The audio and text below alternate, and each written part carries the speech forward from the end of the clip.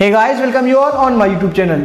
Today we are going to learn about the third literary critics Horace and its important work Ars Poetica. First of all, sorry guys, मैं आप लोगों के लिए regular video नहीं बना पाया क्योंकि तिलका मांझी और मुंगेर यूनिवर्सिटी का सिलेबस एक ही है और बहुत सारे स्टूडेंट कमेंट कर रहे थे कि सर तिलका मांझी में एग्जाम चल रहा है तो आप सिलेबस थोड़ा सा डिले कर दे, तो अब दोनों का एक साथ चलेगा। तो आई होप अब रेगुलर वीडियो आप लोगों के लिए आ पाएगा।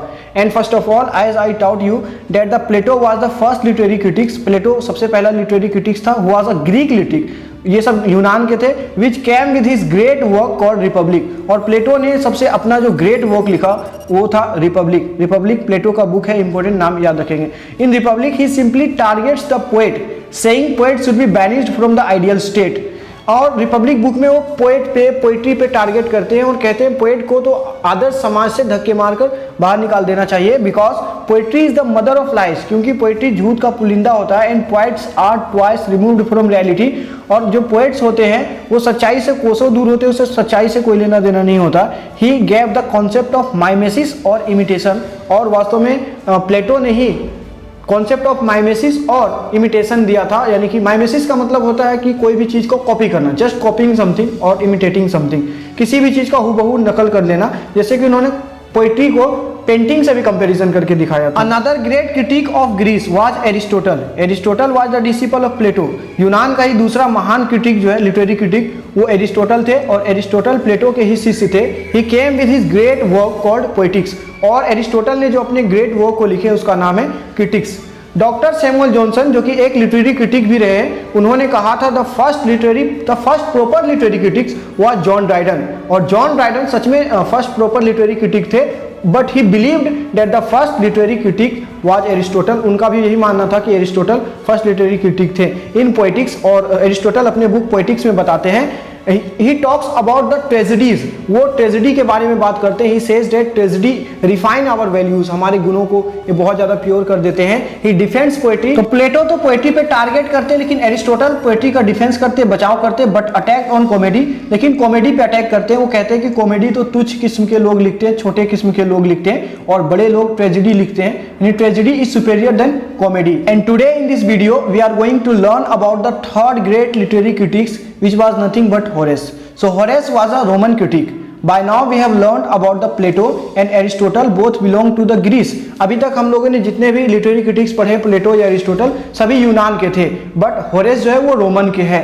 तो यहाँ पे क्या हुआ? We see that literary criticism moved from Greece to Rome and we got the first Roman literary critics called Horace। और हम लोग देख सकते हैं कि लिटरेरी क्रिटिसिज्म जो है वो यूनान से चलकर रोम आ चुका है, और हमें मिलता है अपना पहला रोमन लिटरेरी क्रिटिक्स जिसका नाम है Horace. He was born in 65 BC and died in 8 BC. He came with his great work called Ars Poetica, which means art of poetry, art of writing poetry। तो Horace ने जो सबसे important work लिखा जिसका मतलब है hours poetica, यानी poetry लिखने का तरीका। When someone asked Horace how to write a good poetry, जब किसी ने पूछा होरेस से कि कैसे लिखी जाती है अच्छी poetry, he composed his masterpiece of work called Ars Poetica. तो अपने मास्टरपीस आर्स पोएटिका को उन्होंने पब्लिश किया। One important thing should be noticed here, और जो सबसे महत्वपूर्ण चीज है वो आप नोटिस करेंगे, that when Horace composed his masterpiece that time a great king was ruling Rome. उस समय एक बहुत ही महान शासक रोम पे राज कर रहे थे, and that ruler was king Augustus Caesar, और कोई और नहीं था, ये किंग अगस्टस सीजर थे। He was a great king because he promoted art, literature and beauty and it was a golden age of poetry and criticism। वो महान राजा इसीलिए थे क्योंकि उन्होंने आर्ट को, लिटरेचर को, सुंदरता को, ब्यूटी को और लिटरेरी क्रिटिसिज्म को, पोएट्री को बहुत ज़्यादा बढ़ावा दिया। उसके एज में गोल्डन एज माना जाता था लिटरेरी क्रिटिसिज्म पोएट्री का। King Augustan was great because you know when most of the Kings were busy in their luxuries, queen's and places, he was promoting the arts. क्योंकि जिस समय बहुत सारे राजा अपने रानियों में, अपने ऐशो आराम में, महलों में बिजी थे, किंग अगस्टस उस समय ब्यूटी को, आर्ट को प्रमोट कर रहे थे। किंग अगस्टस सीजर के एज को एज ऑफ पीस कहते हैं, ना कि age of war. Virgil and Ovid was contemporary to Horace. Horace जिस समय लिख रहे थे उसी टाइम पे वर्जिल और ओविड ये दो ग्रेट पर्सनैलिटी थे राइटिंग के क्षेत्र में, लिटरेचर के क्षेत्र में। In arts Poetica Horace divided his work into 3 parts. आप देखेंगे वो 3 पार्ट कौन सा है? Poiesis, poema and poeta, which means the subject matter of the work is poets and poem, यानी कि टोटल पोएट्स और पोएम पे ही लिखा गया है।